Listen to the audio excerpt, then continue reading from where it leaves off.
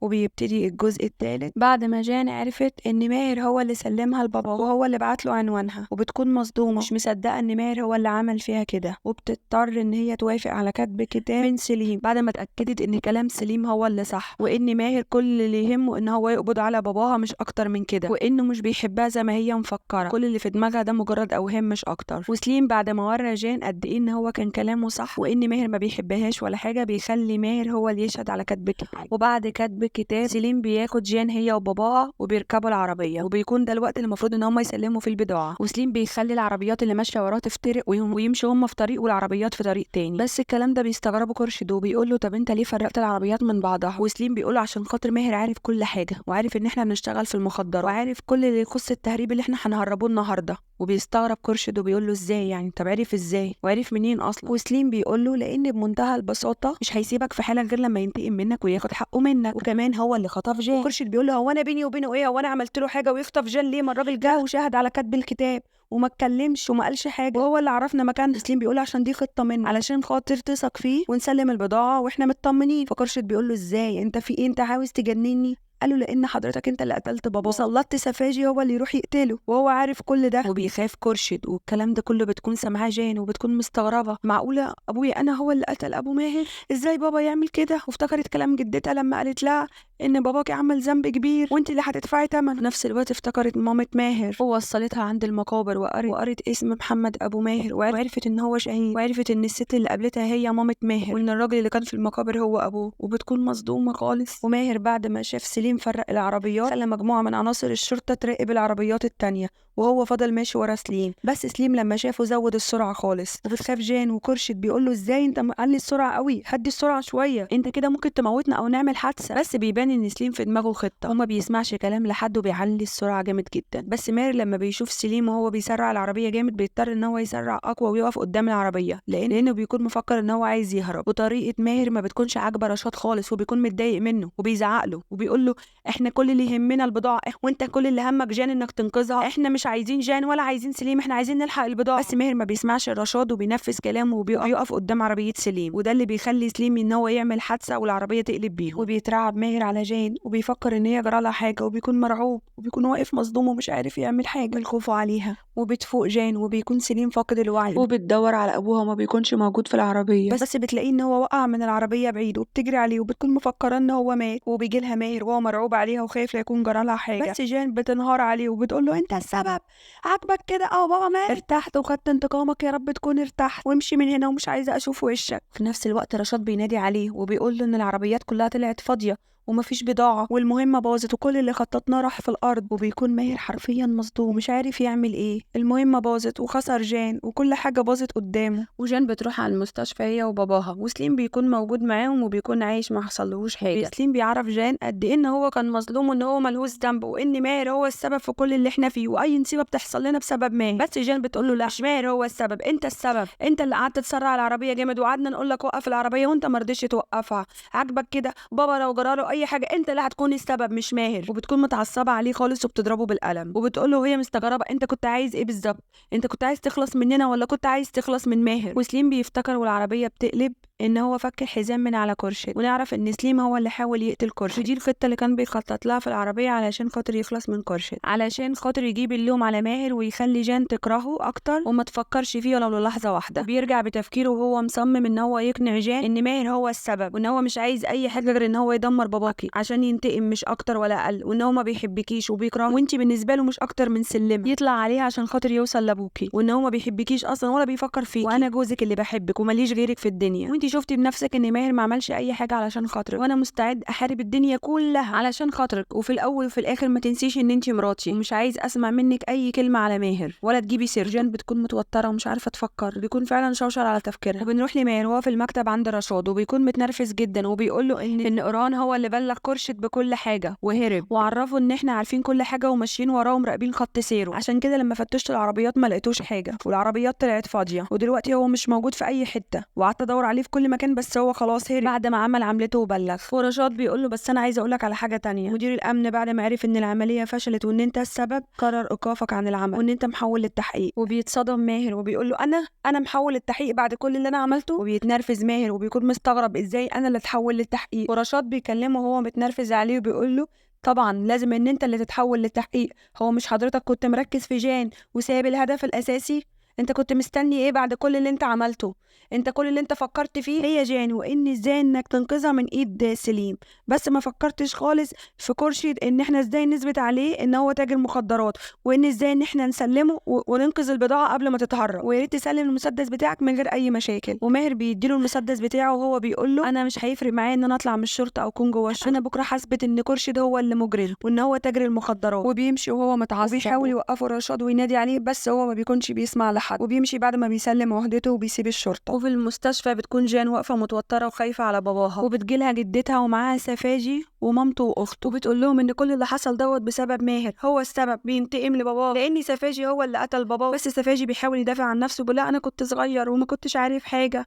قالت له بس كنت عارف ازاي انك تقتل؟ اهو الطفل اللي انت قتلت باباه قدامه كبر وجاي عشان خاطر ينتقم ومش هيرتاح غير لما بابا يموت ويشوفه في قبره. وجدتها بتهدي فيها وبتقول لها العداوه اللي ما بين باباكي وماهر انت مالكيش دعوه بيها، انت مالكيش ذنب. بس جان بتقول لها ازاي ماليش دعوه؟ ده بابا، اكيد الذنب دوت انا هشيل طول عمره هيكون في رقبتي ومش هعرف اتخلص منه. وفي اللحظه دي بيدخل عليها ماهر وجان بتتنرفز عليه وبتفضل تزعق فيه، تكون بتكلمه بطريقه وحشه قوي وهي بتقول له انت السبب في كل اللي انا فيه، بسببك بابا كان هيموت وبسببك انت اضطريت ان انا اتجوز اللي اسمه سليم دوت، كل المشاكل اللي انا فيها كلها بتكون بسببك انت. هو بيحاول يهدي فيها وبيقول لها ان الجوازه ديت كانت مزيفه، انت ما اتجوزتوش. بتستغرب شويه تقول لي يعني انا ما اتجوزتش سليم؟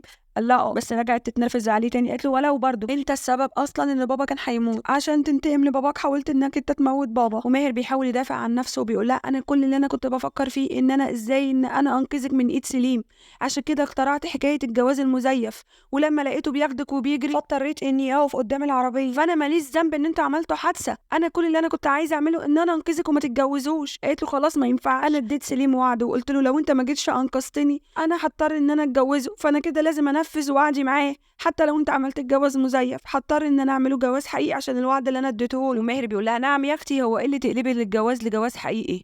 هو بعد كل الخطط اللي انا عملتها دي عايزه تروحي تتجوزي سليم كده على طول؟ لا طبعا انا مش هسمح لك بحاجه زي كده. راحت قالت له مين قالك ان انا عايزاك ان انت تسمح لي او ما تسمحليش؟ انا هتجوزه وتفضل يلا امشي من قدامي، انا مش عايزه اشوف وشك هنا تاني، خد الخاتم وامشي من هنا، خلاص كل الوعود اللي ما بيننا انتهت. بيمشي ماهر وهو مصدوم مش عارف يعمل ايه، ازاي ان انا هسمح لها ان هي تتجوز سليم كده بكل السهوله دي؟ انا بحبها وما اقدرش استغنى عنها. هنروح لجد ماهر وهو قاعد مع جدته وبيقول لها ان انا حاولت ارجع ماهر بس ما عرفتش، وصعب عليا خالص ان انا طول السنين دي كلها ما سالتش فيه. بس الجده بتقول له احنا ما سالناش فيه ليه؟ يعني مش عشان خاطر ابوه راح اختار لنا واحده ما نعرفش مين هي وسابنا بعد ما كنا خلاص هنجوزه سفده، وابوه هرب مع البت قال ايه اللي اختارها قلب واتبهدلنا مع اهل سفده وكانوا ناويين يخلصوا علينا، ولولا ان انا قلت خلاص ان انا اجوزها لاخوه الصغير اللي كان ساعتها عنده 13 سنه وسيبنا بيوتنا واهالينا وهربنا من البلد بحالها ورحنا قعدنا في اسطنبول، مش كل ده عشان محمد اختار سوريا واحنا اللي اتبهدلنا واحنا اللي دفعنا الثمن؟ دلوقتي لازم ماهر يدفع الثمن ويتجوز سيلا وينقذنا زي ما ابوه بهدلنا زمان، لازم ماهر هو اللي ينقذنا دلوقتي. والجد بيقول لها طب انا هعمل ايه؟ انا حاولت ارجعه وامه فقدت الوعي واتحجزت في المستشفى واكيد بعد اللي حصل دلوقتي عمره ما هيرجع لنا تاني. والجده بتقول له طيب تمام، اذا كانت نقطه ضعف وهي امه طيب خلاص انا هعرف اتصرف، خليه يجي هنا بنفسه. قال يعني هتعملي ايه؟ قالت له سيبها دلوقتي انت هتعرف بعدين انا هعمل ايه. ونروح لجان وسليم وهم قاعدين مع بعض، وسليم بعد ما عرف من رشاد لما كان رايح يبلغ عن ماهر ان هو السبب في الحادثه وخلى العربيه تقلب بيهم، وفي وسط الكلام رشاد بلغه ان جوازه هو وجان كان زواج مزيف. وبعد تخطي سليم الصدمه واستوعب اللي حصل بيحاول يقنع جان بيه وان هي توافق عليه وان هم يعيدوا جوازهم من الاول وندي لبعض فرصه من الاول وجديد، وان انت فهمتيني غلط وان انا قد ايه ان انا انسان شخص كويس وان انا مش عدواني زي ما انت مفكره او اسلوبي مش كويس. وبيحاول يقنعها بيه واديني فرصه، لو لقيتيني ان انا انسان كويس نكمل جوازنا مع بعض، ولو لقيتيني انسان وحش خلاص نبعد عن بعض وكأننا ما عرفناش بعض قبل كده، وفي الفترة دي هسفر باباكي بره يتعالج وفي وقت ما هو بيكمل علاجه هنتعرف على بعض اكتر، ولو لقيتيني انسان كويس تمام نكمل مع بعض ونكمل جوازنا، ولو لقيتيني انسان وحش خلاص وانا مش هعرفك تاني ولا هخليكي تعرفيني تاني. وبتقتنع جين بكلام، لان في الوقت ده بتكون زعلانه من ماهر وما بتكونش طايقه اصلا تشوف وش. فبتقول له تمام وبتوافقوا على كلام، وبتطلع علشان خاطر تطمن على باباها. سليم بيقول لهم ان انا بكره الصبح هسافر انا وجين بالطياره بتاعت بكره، وانتوا هتيجوا ورانا عشان يتم بقيه علاج كرشة بره البلد. وفي نفس الوقت بتيجي ممرضه وبتطلب من جان ان هي تكمل بقيه الاشعه بتاعت رجليها، لان هي شاكه ان ممكن يكون رجليها فيها مشكله. بس الكلام ده ما بيكونش راضي بيه سليم، بس الممرضه بتصمم ان احنا لازم نكشف على رجليها، فبتضطر جان تروح معاها. في نفس الوقت سليم ما بيكونش مطمن، وسليم بيروح معاهم لحد ما بيوصلوا عند الباب، والممرضه بترفض ان هي تدخله، وسليم بيكون قلقان ومستفز من الممرضه، وجان بتكون مستغربه من الممرضه، وايه اللي انت بتعمليه ده، وايه المكان اللي انا فيه دوت، انا فين؟ والممرضه بتقول لها هدي اعصابك شويه، في حد عايز يشوفك. واول ما بتنزل بتشوف ماهر، وبيكون واقف مستنيها، وهو اللي بعت الممرضه عشان تاخدها. واول ما بيشوفها بيخطفها من غير اي مقدمات، وبيركبها معاه العربيه، وهي بتكون رافضه وبتكون مصدقه سليم في كل حاجه،